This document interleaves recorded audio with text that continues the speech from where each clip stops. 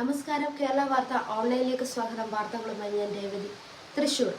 എന്ത് ബുദ്ധിമുട്ടുണ്ടെങ്കിലും വീട്ടിലേക്ക് തിരിച്ചു വരാൻ മകളോട് പറഞ്ഞതാണ്. ഭർത്താവ് അവളെ ക്രൂരമായി ഉപദ്രവിച്ചിരുന്നു. ഭർത്ത വീട്ടിൽ പൊള്ളലേറ്റ് മരിച്ച അർച്ചനയുടെ പിതാവ് മനക്കിലക്കടവ് വെളിയത്ത് പറമ്പിൽ ഹരിദാസ് പറയുന്നു. ഇന്നലെ വൈകിട്ട് 4-ന് വീടിന് പിറകിലെ കോൺക്രീറ്റ് ഖാനയിലാണ് അർച്ചനയുടെ മൃതദേഹം കണ്ടെത്തിയത്. ഭർത്താവ് ഷാരോണിനെ പോലീസ് കസ്റ്റഡിയിലെടുത്തു. 6 മാസം മുൻപായിരുന്നു വിവാഹം. അർച്ചനയുടെ വീടിന് പുറകിൽ വാടകയ്ക്ക് താമസിക്കുമ്പോഴായിരുന്നു ഇരുവരും പരിചയപ്പെട്ടത്.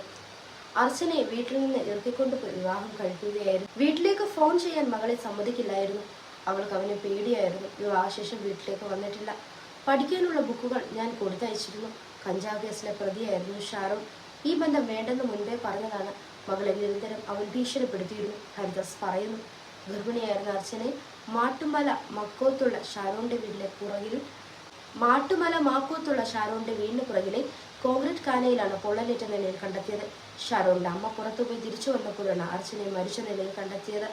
അർച്ചന ഭർത്ത വീട്ടിൽ നിരന്തര ശാരീരിക പീഡനം നേരിട്ടുവെന്ന് മാതാപിതാക്കൾക്ക് നൽകിയ പരാതിയിൽ പറയുന്നു. ഷാരോൺ തമിഴ്നാട് കഞ്ചാവ് കേസിൽ പ്രതിയാണെന്ന് പോലീസ് പറഞ്ഞു. അർച്ചനയുടെ മാതാവ് ജിഷ. കേരള വാർത്ത ഫേസ്ബുക്ക്, ഇൻസ്റ്റ, യൂട്യൂബ് എന്നിവ ഫോളോ ചെയ്ത് നിങ്ങൾ വിലയേറെ അഭിപ്രായങ്ങളും നിർദ്ദേശങ്ങളും കമന്റ് ചെയ്യുക.